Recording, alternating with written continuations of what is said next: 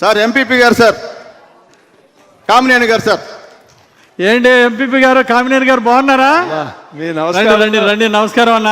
మీ నమస్కారం. కూర్చోండి అన్న. మీ నమస్కారంలో ఎంత సంస్కారం ఉంది. కందిమల్లి వెంకయ్య గారు.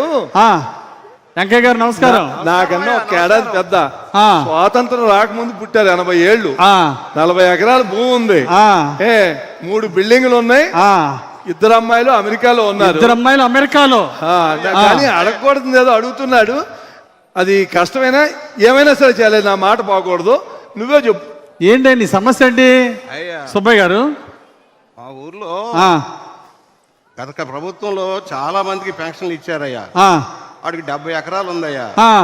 ఇంకోటి 5-6 మేళ్ళు ఉన్నాయ్యా. అయితే నాకు కూడా పెన్షన్ ఇవ్వమని అడగటం కోసం వచ్చామయ్యా. ఏమయ్యా, బుద్ధి లేని ప్రభుత్వంలో 70 ఎకరాలకి ఇచ్చాడు అనుకో. ఈయనకి ఎంత, కామినేని గారు ఎంత ఉంది? పొలం ఎంత ఉంది? 80 ఏళ్ళు 40 ఎకరాల పొలం. 80 ఏళ్ళు 40 ఎకరాల పొలం ఉంది. ప్రెస్టేజ్ బాబా. 40 ఎకరాలు ఉంటే ఏంటి మీరు అడగటం ధర్మమేనా? అది పిల్లలదయ్యా.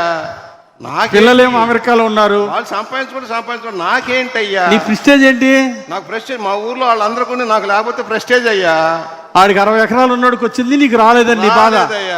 ఇంకో నాకు సెల్ ఫోన్ కూడా ఉంది. 1,50,000 కొనుక్కున్నానయ్యా. అబ్బో, ఐఫోను.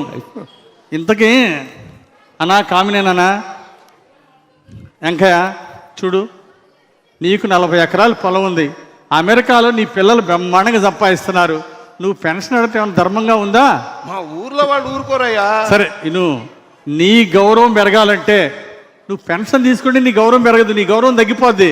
నీ గౌరవం పెరగాలంటే వాళ్ళలాగా 60 ఎకరాల పొలం పెన్షన్ తీసుకోకూడదు.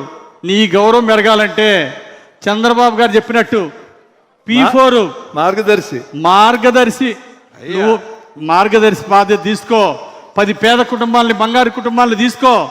వాళ్ళ పిల్లల్ని చదివించి వాళ్ళని ఆదుకో, వాళ్ళకి అండగా ఉండు. మార్గదర్శిగా ఉంటే నీకు మంచి నంబర్ 1 పేరు వచ్చింది. చంద్రబాబు గారు పిలిచి నీకు బహుమతి కూడా ఇస్తాడు.